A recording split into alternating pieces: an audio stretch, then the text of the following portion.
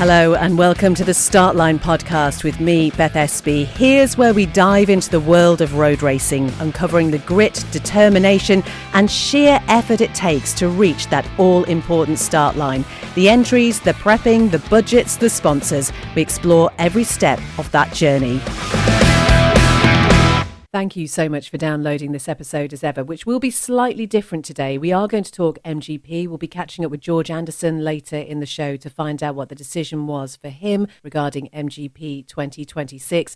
And staying with the Manx Grand Prix theme, we'll be hearing from Sean Anderson, an MGP winner and now TT rider as well, for his advice about anyone who's taking on the mountain course for the first time.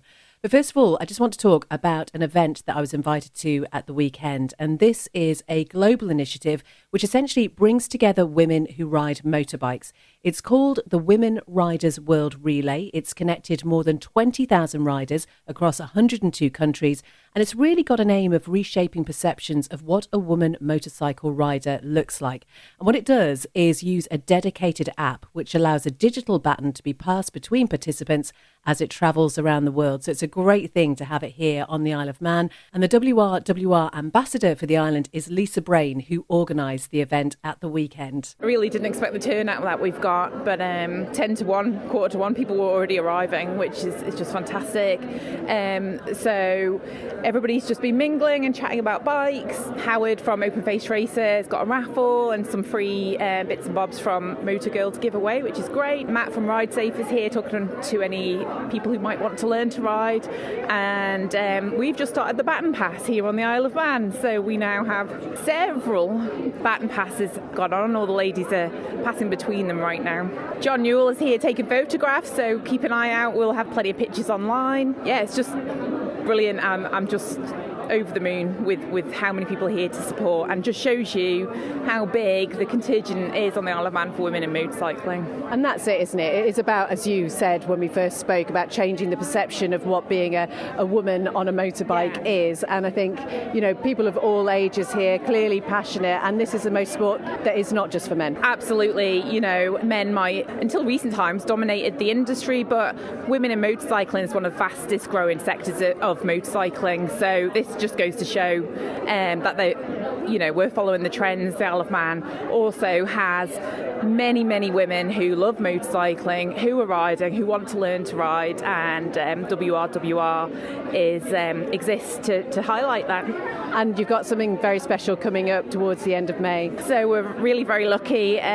We as WRWR are going to lead the Legacy Lap on the 31st of May. So again, it's just to demonstrate that women are powerful in motorcycling, that we are capable, that we can ride too, and women from all over the world are coming from Australia, New Zealand, the United States, and it's just going to be a fantastic day. And what does this all mean to you personally, and how can people find out more, Lisa? So if you want to find out more, go to wrwrapp.com. What it means to me personally, I love motorcycling. I've grown up around motorcycles. I've ridden motorcycles for all of my life, basically. To share that passion and love of the sport and of motorcycles with other women, encourage them, you know, that was the aim of getting involved in this. I just want to let other women know we're capable, we can do it. You shouldn't be afraid of what you look like or, you know, how old you are. Anybody can do it, whether you're a guy or a woman. I'm almost tempted, almost. Have you got a little battery child operated one? Might be one at the front of the shop we can put you on. Hi, I'm John from bikersmag.co.uk. I've just come down to cover the WRWR ride today with Lisa and Open Face Racer at the Isle of Man Motorcycles down in Douglas here. It's been a fantastic turnout. We've had some sunshine, which was ordered specially. So there's a good load of people come down on motorbikes. There's lots of events happening. If you keep an eye on the WRWR page, there's a ride out at TT going on, all sorts of other fantastic things. And anybody that's got any more ideas to help Lisa and all the team, give them a shout. So the pictures should be on tonight on bikersmag.co.uk on Facebook as well. So that's coming on. I don't know what else to say. It's just been a fantastic event. Hardly anybody eating the cakes yet. They've got nice cakeys here. No one's eating them. I know, I've seen you looking at those, John. And you are obviously a biker yourself. Just seeing the passion here amongst the women who've turned up for the event is really heartening, especially for an island which is all about motorbikes. It's the best mecca in the world for motorbikes, isn't it? Let's face it, but it's just a fantastic thing because a lot of ladies don't like to come to events where it's heavily weighted towards the gentlemen. So to have a specific event for ladies has just been absolutely brilliant. I've been astounded at the turnout, and there's been so many faces of ladies on bikes that I don't know. The new people have come down, so it's just a wonderful event. Long may it continue. Lots more. It's going to be fantastic. Hi, Emily Ashworth. And Emily, just give us a bit of your background. Mostly marshalling, started in 2022 and now moving on to some photography as well. And with the marshalling, how did that all come about? My partner was a marshal and he brought me over here. We moved here and then marshalled and I completely fell in love with it. I think given that, motorsport and motorbikes is quite, a male-dominated thing, it's so nice to have a supportive environment like this for women. And do you ride? I am a pillion, however, my partner is pushing me to do my CBT this year. How likely is that to happen, Emily? Quite likely. I think I've got the bug now. Amazing. Well, thank you very much. And just remind us where people can find your photographs again. Emily Ashworth Photography on Instagram. Hi, I'm Carol Bartram. I'm a director of the Manx Motorcycle Club, the promoters of the Manx Grand Prix, and I'm on the committee at Andreas Racing up at Derby. And I understand, Carol, that maybe bike riding is going to feature a little bit more again in your life shortly? Yes, I'm trying to get back out there after a 30-year break, so watch this space. There's probably about 60 or 70 women here that all ride bikes in one capacity or another. So it's lovely to see, actually, a bit of girl power. You do see more and more women out on the roads now, and up at Derby, for example, going through our race school, we've had 5 or 6 female riders that are now racers, have got their novice licence and onto the clubman licence, which is amazing to see. So, yeah, brilliant, can only get better. And we are surrounded by a number of motorbikes for sale. Have you picked yours yet? They haven't got the one I want, so I'm going to have to come back. But, I think I'll have to speak nicely to someone with a bigger bank balance than mine. I am Jason Crow. Well, we're here at Isle of Man Motorcycles and we're here to promote the WRWR event with the lovely Lisa. And I'm just going to say, you're leaning on a particular motorcycle at the moment. Tell us about this one. This one is a little Honda Dax. This is a throwback from, I think, I'm going to say 70s, 80s, but this is the modern version of it now. So, yeah, I think it'd suit you, actually, Beth, yeah. It's about the right size, isn't it? Isn't it? Yeah, okay, well, we'll think about that. What does it mean to you today to be hosting this event? Why did you want to be part of it? I love connecting people. I love being involved, bringing people together like this. It's just brilliant. I mean, we've got likes of Howard here from Open Face Racer as well. He's a bit like-minded like me. He's been doing the social nights, and we're all connecting and getting involved, and it's just great. And it's just, bringing people together is what it's all about. Let's do it. And it's also potentially opening up a whole new world for women who are interested in motorbikes, who might not necessarily know where to start. Exactly. So I was just speaking to Lisa before, and I looked around and I said, I can't think on the island, other than, say, your TT, your Manx Grand Prix, when as a group of girls got together, all like-minded, all same passion, into bikes, and got together and done something like this. I don't think it's happened. I might be wrong, but I don't think it has. And look at everyone today. They're all laughing, having fun, and that's what it's all about, all connected. We're always thinking of things to do. I mean, last year we had the John McGuinness event, we had between 200-300 people here. We've always got stuff going on. Keep an eye on things in the future. We've always ticking away with things. And where can people find out all the details? Well, Facebook's the best. Isle of Man Motorcycles on our Facebook page. We post a lot on there. That's the spot. Yeah. And you're still leaning on my bike? Yes. I'll move out now. You can have a sit on it. And we'll get you out on it now. Yeah. Perfect. Thanks. Hello, I'm Matt. I run the riding school up here, ridesafe.im, and nice to see so many faces today that I've had through for lessons and CBTs and people who've passed their test. And it's just a nice social event to get involved with. So tell us a little bit more about ridesafe.im then. How does it work? So RideSafe, we are a riding school obviously in Isle of Man. We deal with every possible eventuality on a motorbike, so we can take people from no experience all the way through to advanced tuition. And do you get many women through? Loads, yeah. It's nice to see. And actually we run a couple of ladies' days throughout the year. So we are planning to do one again in March where we will hopefully get about maybe 50 ladies, so you're more than welcome to come down. 50 ladies through, and they have a go on the bike for free, just to see if we can introduce more people into the sport.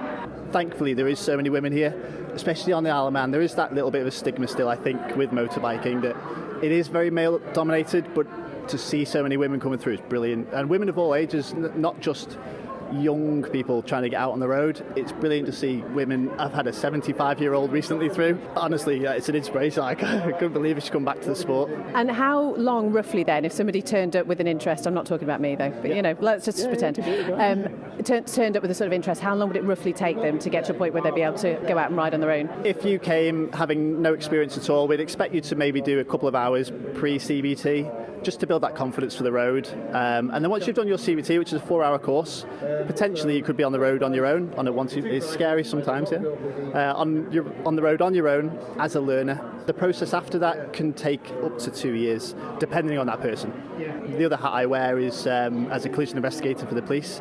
So I've seen the very worst that motorbiking can offer. And in all honesty, that's why I set the business up, to try and help as many people as possible learn to be safer on the road, so I don't have to see them again. And so tell us where people can find out more information and come and see you. Yeah, so if you jump on our socials, on our Facebook or Instagram, at ridesafe.im, or our website, which is www.ridesafe.im. Hi, I'm Howard. I'm from Open Face Racer. We are a motorcycle clothing shop. We just do clothing. We don't do the bikes and stuff like that. But our kind of USP is we do like the retro urban riding, more casual approach to riding. So more the jeans, leather jackets, cool wax jackets and that sort of thing. Kind of retro, laid back kind of vibe that we have in our shop. And are you a retro biker yourself? I am. I have a Bonneville, a Moto Guzzi California, and a little Bitzer thing, which is a Kawasaki Z400, but it's from like 1978, so it's quite an old sort of kickstart kind of beast. But yeah.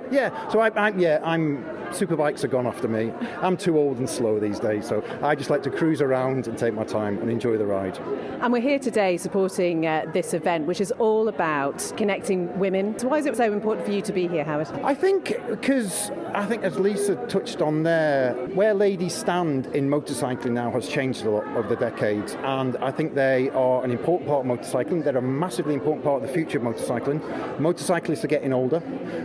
We need new people to embrace motorcycling, and getting women to come on board as riders, and as I say, not just pillions, not just something to look nice in the background, as getting on and riding bikes is vitally important to the future of motorcycling, and I think it's something we have to support, we have to get on with. Ladies are just as enthusiastic as fellas when it comes to motorbike. They're just as capable, and why not? And these kind of give women the opportunity to meet and mingle, where a lot of biking things are still, in this day and age, a bit blokey, let's face it. But no, it's great to come out and get to these round there and meet women. We do social evenings in our shop, and we get girls and fellas come there and meet and chat, and it's great to connect and get that community and just grow it open and say, look, biking is here for everybody, come join in and have a go. My shop is on Victoria Road in Douglas. We are just up from Tesco's Express. We're in the same building as Luminaires and Manx Move.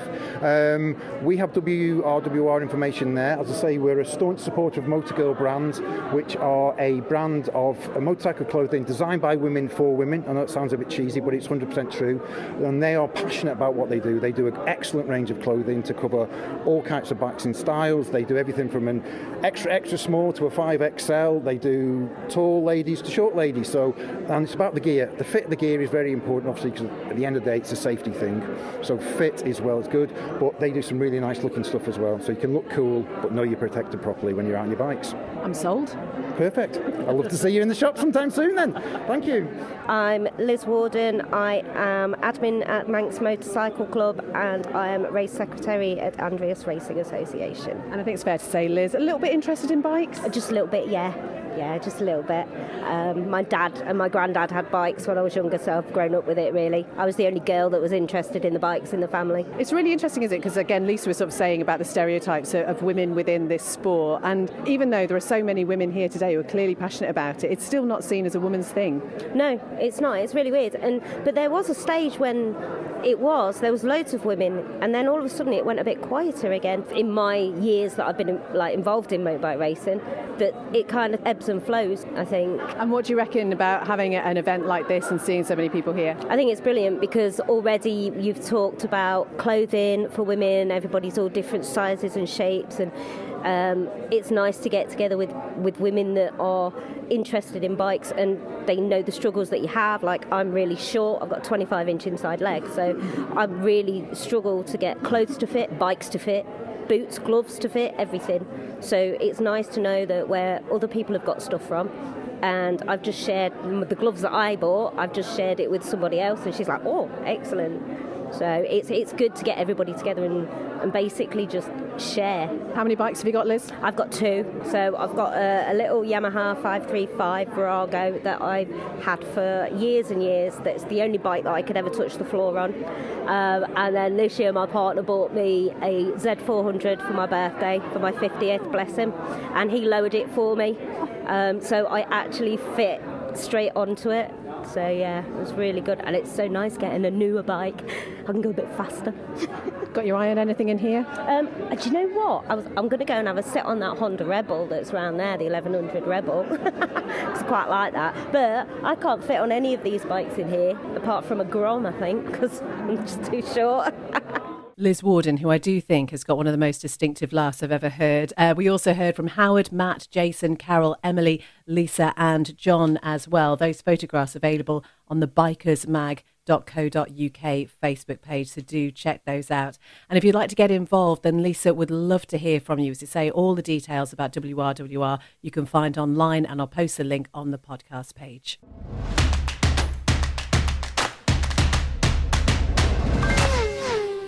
Okay, so time now to hear from George Anderson, who is hoping to be on the MGP Startline for 2026. Let's hear what the decision was. Morning, Beth. So we've heard back at this stage, and unfortunately not the news we wanted this time around for the 2026 Manx Grand Prix. Naturally disappointed, but not in any way discouraged. I appreciate for the committee and the guys and girls selecting newcomers. It must be tough to squeeze down 80 applicants into 30. And I'm sure that they make their decisions for all the right reasons. So we'll, get our heads down, keep going, keep doing what we do. Got a good looking season coming up. Looking to include plenty of road racing and some on the Isle of Man. So that will be good. And I'm still sort of actively seeking a role, looking to find a newcomer that perhaps doesn't have a huge budget and team around them to come over for the duration of the event and give them a bit of a hand. I know that's something that I would appreciate if my entry was to have been accepted. So yeah, if there's anyone that does need a bit of a chuck in any way, shape or form, please feel free to give us a shout. I'm looking forward to it and wish everyone a safe and fast Manx Grand Prix. Speak to you soon. George Anderson, such a shame for him, but as he says, he is looking forward to the season ahead anyway, getting lots of road racing in, and all the best for 2027. He's also just started his 63 supporters club. So essentially, like many riders do, it's £63. You can become part of the club. All the sponsors will be displayed throughout the short circuit paddocks and the road racing events across the UK, Isle of Man and Northern Ireland throughout 2026. So if you're interested, do get in touch with George. Well, time now to hear from Sean Anderson, an MGP winner and TT rider. I asked him what advice he would have for any newcomers taking on the mountain course for the first time. I've been a competitor at the Manx starting 2010. I did 2 years, and then I moved on to the TT in 2012 and have competed ever since around the mountain course. I get asked for a lot of advice because I've been at this a long time, and I mean, there's a couple of given things. So, doing your homework will always stand by you. There is nobody that goes to the Manx or to race the mountain course that is over-prepared. People think they're over-prepared. People have fall into a comatose state watching endless onboards and getting over for weekends and driving round and round. But one of the key things that I would always say to anybody is you should, every lap that you go round, whether it's in a car with somebody or on a bike or watching an onboard, you should try and learn at least one thing. Just take note of at least one thing. I mean, certainly by all means, take note of more than one thing, but you should always use every opportunity to try and learn a tiny bit more, whether it's a braking marker or a gear that you could be in or to try, or some guys are a gear and girls are a gear higher or lower, or where their road position is, or they seem a bit offline there because there's actually a manhole cover or a bump. So by all means, all your homework will stand by you before you ever do a lap. Um, the instant contradiction of that is, of course, the first time that you do a lap on the mountain course in by yourself. So aside from the speed control lap gives you a tiny taster, but the first time you're let off the leash and allowed to go down Bray Hill, um, just be prepared for complete information overload. That first lap, it will embed itself into your mind somewhere deep down inside that you will never sort of forget it. But at the same time, you will be bombarded with so many markers and things to do and things to concentrate and places to look at and look for on the bike that the lap itself won't actually mean a whole lot. A lot of people tend to like tense up, they really want to put a marker down early. These sorts of things will all fade into nothingness. I distinctly remember my first lap and coming in to the holding area, and the guys that I had with me asking me, was the bike okay? Did it handle well? Was the gearing okay? And I was so like overcome with information, overwhelmed with information and emotion and adrenaline that I could literally tell them that the bike pulled fine from governors to being flagged in because you had to do a single lap on your first lap out. So the rest of the lap was such a blur in itself. I mean, I think relatively it was a okay lap, nothing to write home about speed wise, but those are things that those are experiences that only you and you alone, when you've done it, can really say how much what the feeling of that first lap is, and how much information and all that homework has sort of slipped out the window because you're just concentrating on trying to do dot to dot all the way around the track, and you can't remember where the last dot that you tried to connect was, but you're concentrating so hard on the next dot.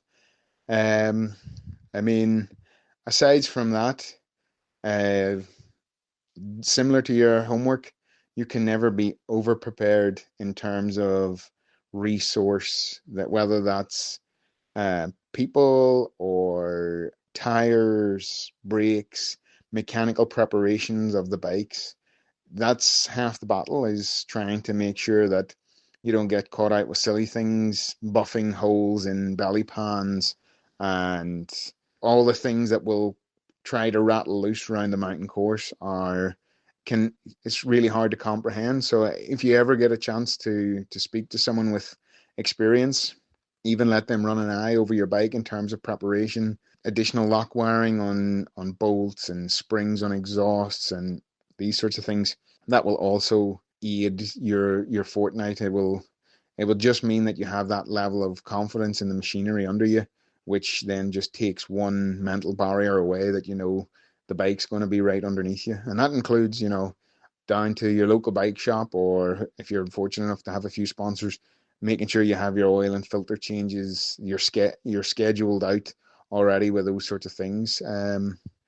That's mostly in terms of what I would recommend for preparation on newcomers. I mean, the key thing, and I've come across many kind souls who have helped me out throughout my racing career so far, and I would say one of the other lasting pieces of advice for anybody starting off on the mountain course is try and remember that it's meant to be fun. There's a bubble that you can get in. The event is so big and so widely regarded, and particularly like at the Manx, when you're starting off, you've had a whole season. You have to wait till August to get there, so it has been building on your mindset, and a lot of tension and anticipation is in there.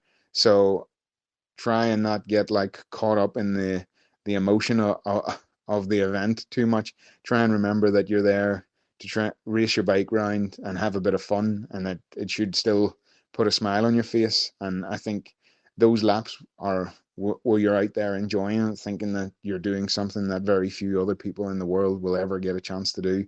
Those are nicer laps, those are the easier laps, those are the most relaxed laps, and potentially even those are maybe even the fastest laps that come. Apart from that, I can't really say much else. I would say bother as many people with any experience around the mountain course.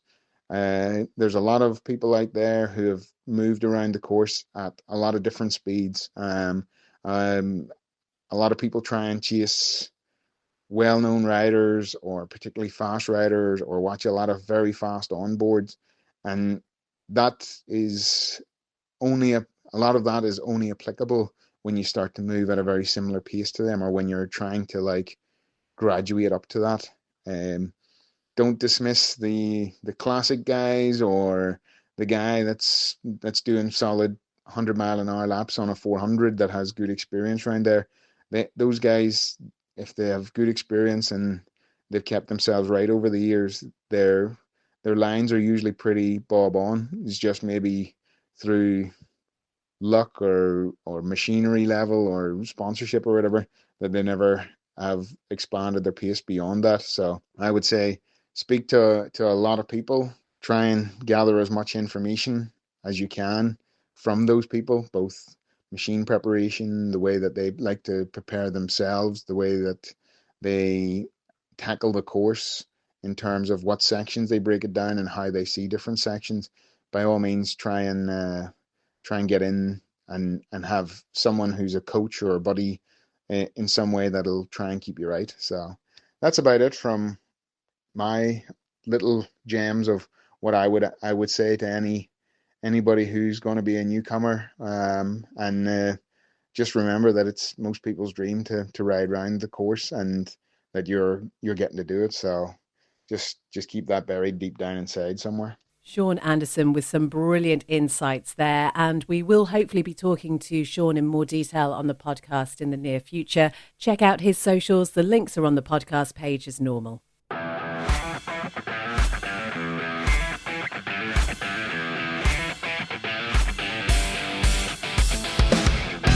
Thank you very much indeed for listening to this episode of Startline. Do take some time to find the riders on social media. Your support is very much appreciated. And if you'd like to get in touch with me and be part of the podcast in the future, you can email beth@startline.im. Until next time, take care. Bye-bye.